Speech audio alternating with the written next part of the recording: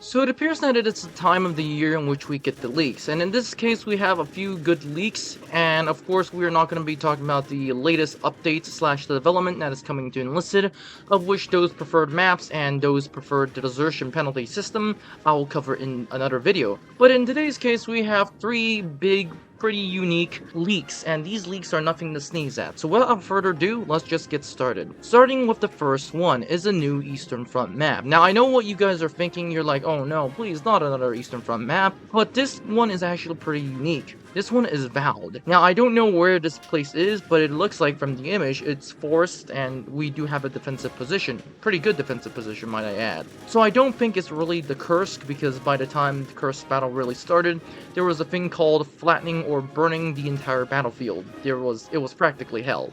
So I do think this is somewhere around the Zelo Heights if Enlisted wants to just add another map to the campaign system. I do think it's quite literally on the Berlin map, so that's great, preferably the Zelo Heights, which does make sense from the look of this. Now, of course, we do have two other things, and that is the fact that we do have two premium squads. For what it looks like, the Germans are going to be having the suppressed STG-44. This appears to be looking like some German special forces, especially with the helmet. Now, this helmet has been seen before. It was on the Gewehr 41 sniper squad, which actually looks pretty cool if you ask me, and this helmet is once again used on these squads, which is actually once again pretty cool. The British slash the Americans are going to be getting the M1 Thompson suppressed. This is the suppressed M1 Thompson, which is actually pretty good. And of course, we cannot escape a premium bundle without a premium portrait. This is essentially the German soldier with a scarred face. Now, something to note about this face is the fact that this scar is actually not due to war.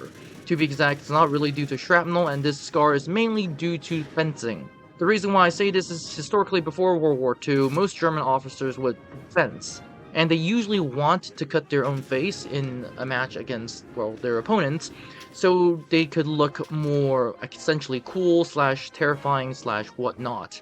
It is actually a pretty cool thing that Enlisted is actually adding this to the game. Granted, it is still a portrait, but something to note. Once again, we are going back to the top, in which I do think this is a pretty good update. I do think these are pretty good leaks, and as of right now, the update is going to be called the Silent Storm. From what I think this is going to happen, I do think the Silent Storm could be a reference to Manchuria, because remember, the Silent Storm was pretty fast. And although not a lot of people know about it, hence Silent Storm does make sense.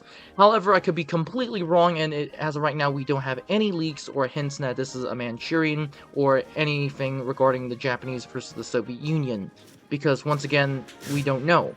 Now, of course, I do think that an Eastern Front map is a good thing to add, considering that some of the maps as of right now are getting old, and I do think that a new premium squad isn't something big to sneeze at. Although these two premium squads are pretty cool, the STG-44 is already a pretty good weapon. Putting a suppressed STG-44 in-game is essentially saying that the STG-44 is just that good, that you need a suppressor, which, by the way, it doesn't. This means that, for those who don't know, suppressors give the enemy AI a less time to recognize you, and allows you essentially more time to kill them, which is actually pretty good, which actually makes this thing almost like a better to get.